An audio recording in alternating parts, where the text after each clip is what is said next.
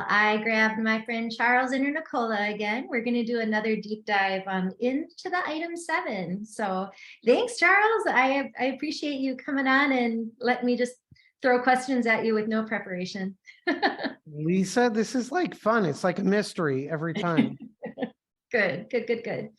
Well, everybody, the reason we're doing this is because we have a lot of conversations early on about the item 7. What is the item 7? It's the total cost to get into the business. This is when the franchisor breaks down that total investment into line items, and you can figure out what we're going to need for a loan, if you're going to, what the franchise fee is, that type of thing. A lot of times brands will sometimes pitch a lower investment, but once we get into it, you understand that you're actually going to need a little bit more capital probably to get you over that first year hump. And so we're going to compare 2 businesses side by side, those item 7s, just to kind of help your eyes and help your brain start to train on what you're watching for in total investment.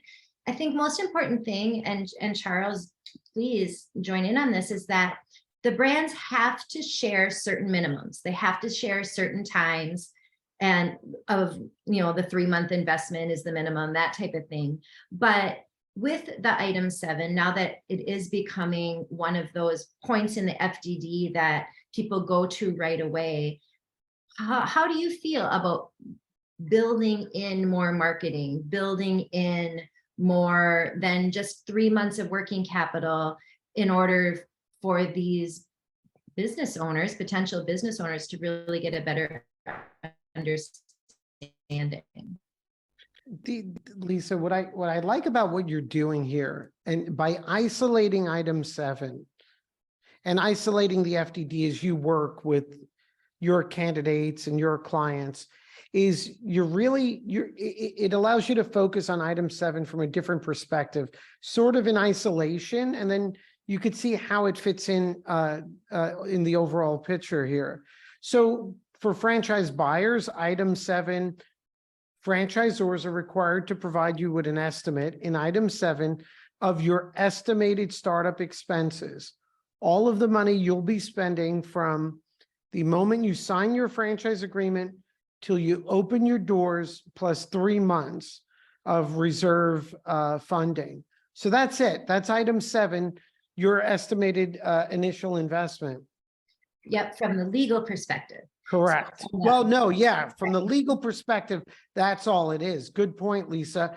But from a business perspective, it's everything you just said. How much capital do I need? How much can I borrow?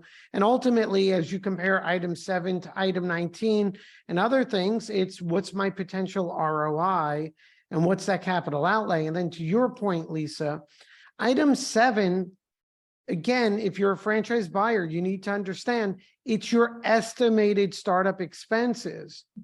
So if this is all of the capital you have, if item 7 says on the high end estimate, hypothetically, you need $200,000. Well, if that's all the capital that you have, you're probably underfunded and you're not going to succeed.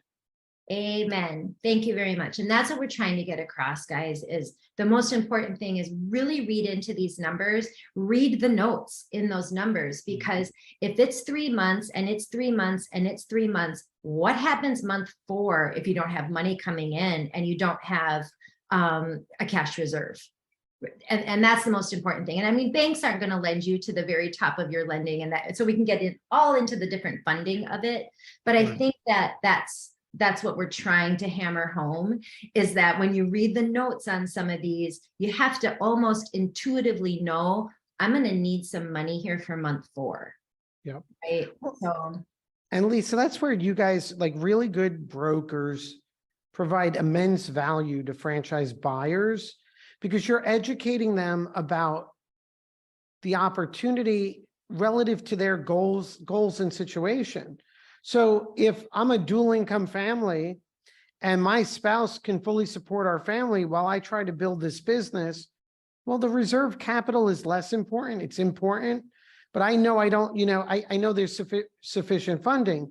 Whereas if I'm leaving a corporate job and this is going to replace my income, well, I better plan out in much more detail. How much capital do I have?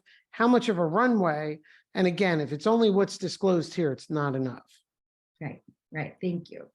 So, okay, guys, we're going to take a look. I have 2 item 7s. Again, I picked same industry. So it's another services industry, which obviously is all that, that kind of is, it's more interesting to look at their item 7s, right? Because they have all sorts of different ways to put these businesses together. And I think, the first thing that I know Charles is going to point out, franchise fees the same. So why are we starting to see that, Charles? I love that you knew that, Lisa. Yeah, right. I love that. And I mean, for you and I, we're going like, oh, no kidding. But for someone that's just starting to look, just talk a little bit about the franchise fee. Well, yeah. So franchise fee for sure. What I'm seeing here is like these 2 brands are competing against each other and targeting each other. Right. And they're trying to take the franchise fee to peak level. And I don't know who led the way, but one probably came up with a higher fee and the other one followed. And so we see them locked in. And more and more, right? So we're not seeing anymore this huge range in franchise fees within the same kind of industry or category. Yeah. And it's not, look, I'd much rather spend a higher franchise fee on a super quality franchise that I'm going to make money off of versus a bargain franchise fee on an opportunity it's never going to work. But it doesn't mean high fee equals quality.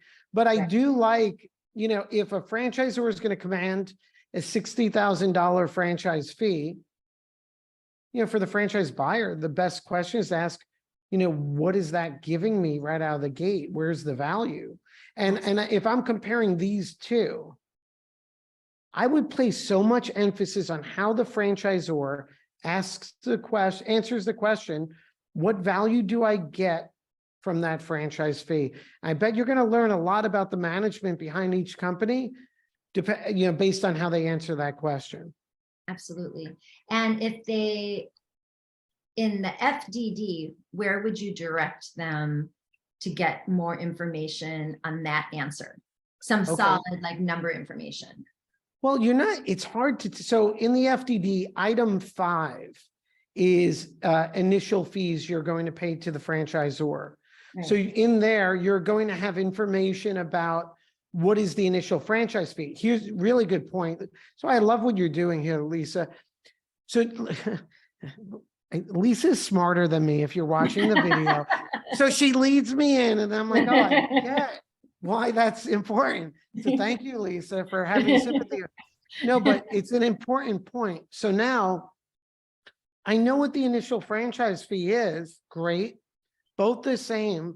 Well, I'm going to look at item 5. It's going to give me more the estimated the initial fees, which should be the initial franchise fee, and item 12, which is my territory. So now I'm going to learn where Lisa was 5 steps ahead.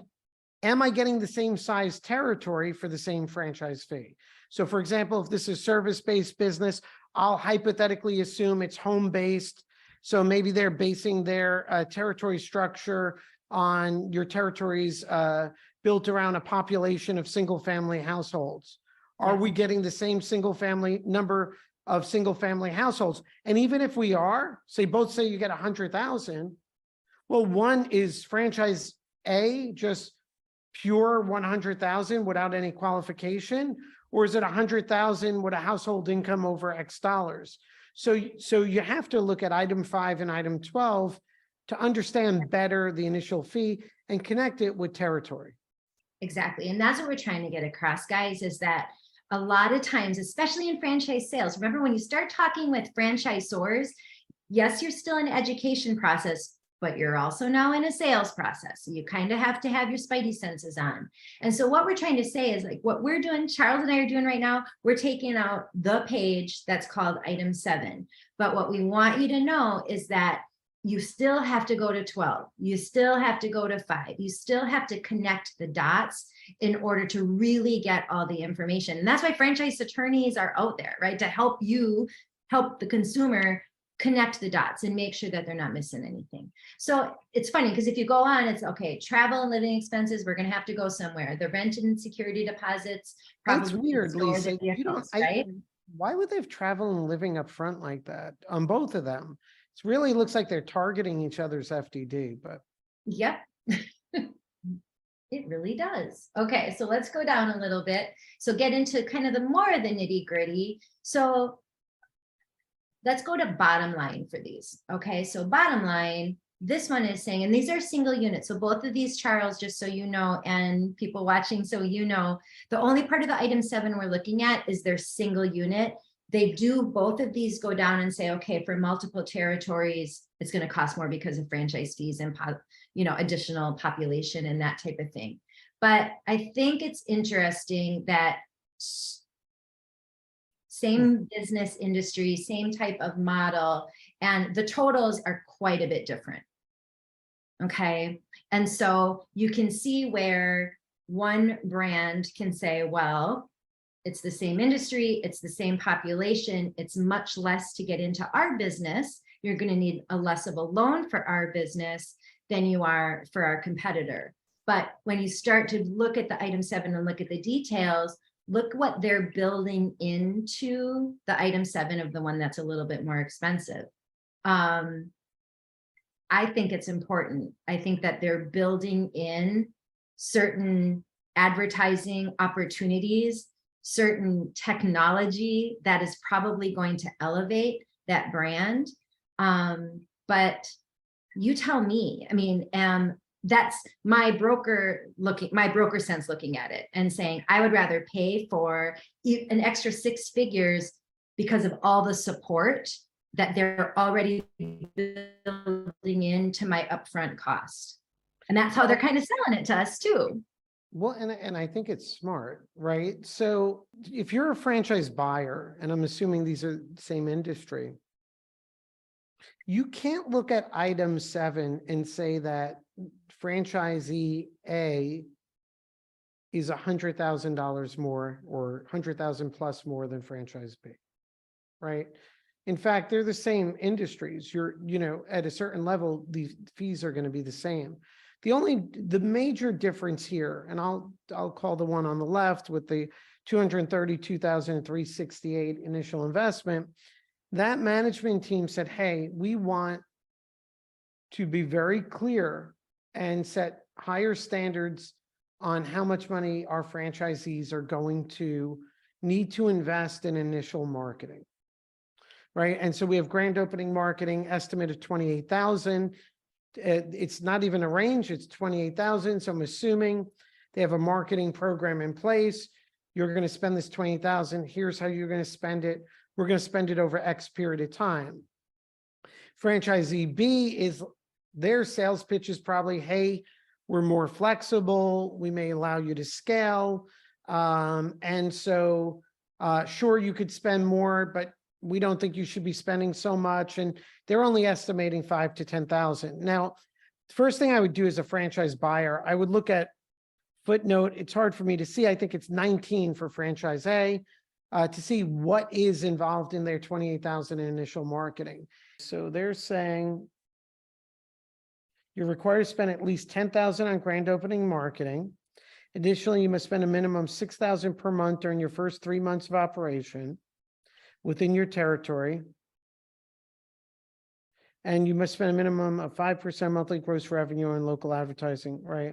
So for a franchise buyer, just know when you start out, if a franchisor says you spend X% of your revenue on marketing, well, X%, 5% of $0 is zero. So you don't have a real marketing budget there. What I like about this franchise A, the most important, they probably know, I don't know how well they execute, but they know that if you're going to succeed, you need to spend money on marketing. I probably would have even taken it a step further. And rather than saying 5% of monthly gross sales, I would have put in a minimum dollar amount that you need to keep spending on marketing for the first 12 months, right? Because we know service-based businesses succeed when, you have to have a good system, but you have to invest in marketing, get that flywheel spinning. And most, when people get into trouble with service-based businesses, they underestimated their initial marketing expense. They underinvested in marketing. They're not generating the business, and it becomes a cycle. What number? So this other brand is saying you must spend at least 5,000 grand opening marketing. And that's it. And that's kind of their whole note about the grand opening versus this going on about the grand opening. And I Right. think So, that, yeah, so they included 6,000 a month for the first 3 months. And Lisa, you know why that's so important. Imagine, to your point, someone just squeezed into the opportunity. They're in, they got the money that item 7 says, they believe they have 3 months of reserve capital, but they don't have any money to market their business. exactly. So, I mean, I think we can go every single item all the way through, but I think what needs to resonate, Charles, for everyone that's watching, is that just because in the very beginning, it looks like a way less of an investment and possibly the same business. Like if you look at their sales sheet and you look at how much it costs to get in, you would probably say, well, I want that one because it's a deal. And so I think that what the FDD, what we're trying to get people to understand is read the notes in the FDD, make sure that it is a deal, or you're buying yourself a lot of unknowns when there's just not enough notes. There's just, it's almost not enough information to move forward. And if they're pushing you through that sales process, that you could miss it. Right? Yeah, and again, it doesn't mean that in this scenario, I said franchise A, franchise B. Franchise B that has a lower estimate for the initial marketing may be the better investment. I don't know that, but during the due diligence process, an important question is, franchise A requires 6,000 a month for the first 3 months. How do you feel about that? Why don't you have that disclosed in your FDD, which they don't have to have disclosed? So I would understand what the differences are about.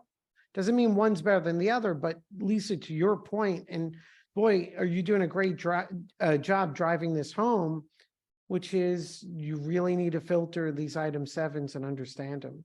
And no matter what they are, at a deeper level, understand that you need to evaluate beyond the first 3 months and pair up your lifestyle, your income sources, your reserve capital, and what you're doing with the opportunity.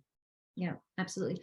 So from that point, Charles, like you're the expert. We refer people to you when they're looking at FDDs. Yeah. I should say I refer people to you when they're looking at FDDs and they're close to making a decision. They're not they're not narrowing it anymore. They're saying, okay, this is the one I think I want.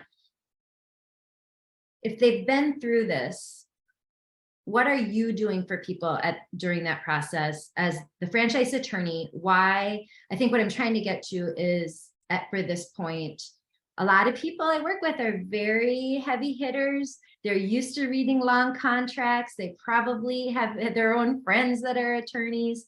I mean, look, I'm not here to sell legal services. No, I know you're not. No, I'm joking. I'm joking. It is boring. But like Lisa, first I'll say this. If you're a heavy hitter and you're super smart, you should be so smart to know, A, you don't want to be doing this on your own, and B, you need someone who specializes this every day. Every good decision I make is a decision where I say, I'm not the expert in this, I'm delegating it, right? So you do want to work with someone who knows what they're doing here for a number of reasons. There's only so many things you can change. So the harder part is what you're doing, Lisa, and the candidate's doing. Finding a good fit franchisor, like-minded franchisors, you believe in the management team, you like the unit level economics, and it's going to match up either with your income replacement or wealth building. In fact, I'm going to my first discovery day in a couple of weeks as a potential franchisee. So it's funny because I'll just sign, it turns out it's one of my clients. So if we go forward with it, I will tell you I'm going to do zero negotiation. I'm just signing the agreement. Because my agreement, I can't have a conflict. But if you're buying, you need to work with a franchise lawyer. Look, there's so many protections you could put in place, reasonable, right? You're not changing franchise fees, you're not changing royalties. And if a franchisor is willing to do that, it's a red flag. You should be focused on limiting liability. You should be focused on your territory protections. You should be focused if it's a very young franchisor, maybe a right of first refusal, right? Just holistic things where if things don't go well, your liability is limited or it's reasonable. And if they do go well, your territory is protected. And the fees are so nominal relative to what's involved in the investment. Perfect. Well, thank you so much. I appreciate you. Lisa, I learned. I learned this afternoon. Thank you, Lisa. You're welcome. Well, thank you.